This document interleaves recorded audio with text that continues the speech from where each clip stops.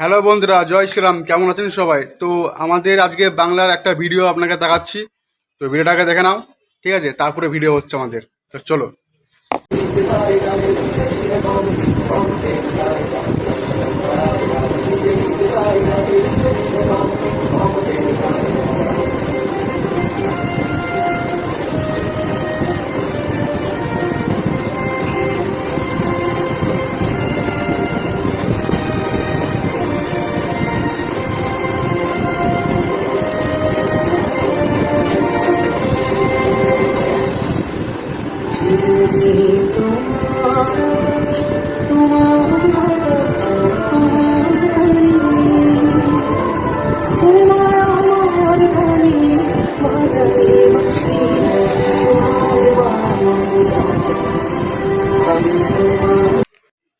বাংলা সিরিয়ালে পুরো গাঁর মেরে উদ্ধার করে দিয়েছে।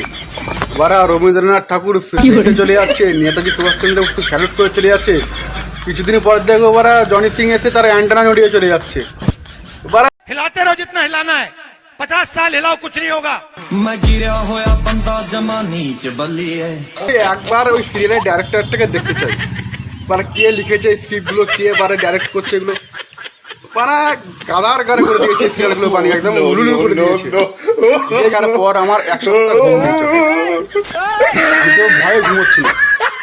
যে বারা রবীন্দ্রনাথ ঠাকুর হেসে চলে যাচ্ছে, নেতাজি সুভাষচন্দ্র বসু স্যালুট করে চলে যাচ্ছে, কোন দিন দেখবে এবারে আমেরিকা থেকে সে জনি সিং তার অ্যান্ডার নিয়ে চলে যাবে।